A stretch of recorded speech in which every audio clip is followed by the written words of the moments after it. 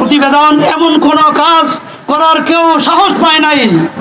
বর্তমান অন্তর্বর্তীকালীন সরকারের নিকট কুলাঙ্গার কয়েকজন নারী তারা সেই সংস্থার প্রতিবেদন পেশ করেছে, সরকার সেটাকে গ্রহণ করেছে এবং তাদের পেজে প্রধান উপদেষ্টার পেজে সেটা প্রকাশ করেছে।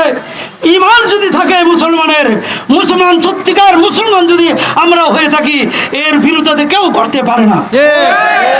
আমরা কোরআনের পক্ষে, ইসলামের পক্ষে, আমার নবী মুহাম্মদ সাল্লাল্লাহু আলাইহি ওয়াসাল্লামের সুন্নতের পক্ষে, আল্লাহর ওয়াহদানিয়তের পক্ষে। আরে বলে কি জানেননি, দেহ আমার, সিদ্ধান্ত আমার। এটা কি কোনো মুসলমানের হতে পারে? হতে পারে না। এই জন্য আমাদের ঈমানই দায়িত্ব।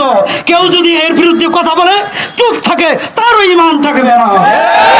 ঈমানের দায়িত্ব শুধু হুজুরদের না, আমাদের সকলেই, সকল স্তরের তাওহীদ জনতার এই ঈমানই দায়িত্ব যে কোরআনের বিরুদ্ধে, মুসলমানের বিরুদ্ধে যদি কাজ হয়, আগামী দিনে যদি আপনাদেরকে ডাক দেওয়া হয়, এই যে আপনারা কষ্ট করতেছেন, আমি বিশ্বাস করি ফেরেশতারা লিখতেছেন, আল্লাহ দেখতেছেন, জিহাদের সব আমলনামা আল্লাহ তাআলা আপনার আমলনামা লিখে দিবেন।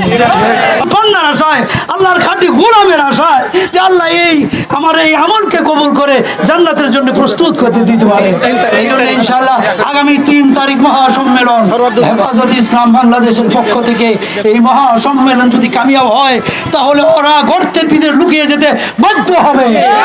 আর যদি কামিয়াব না করতে পারেন, তাইলে কিন্তু মুসলমানের উপায় নাই। একমাত্র তাদেরকে প্রতিহত করার জন্য কোনো দল নাই, কোনো মত নাই, কেউ কথা বলবে না। খোদার কসম করে বলছি, এই ব্যাপারে কেউ কথা বলবে না। একমাত্র হেফাজতে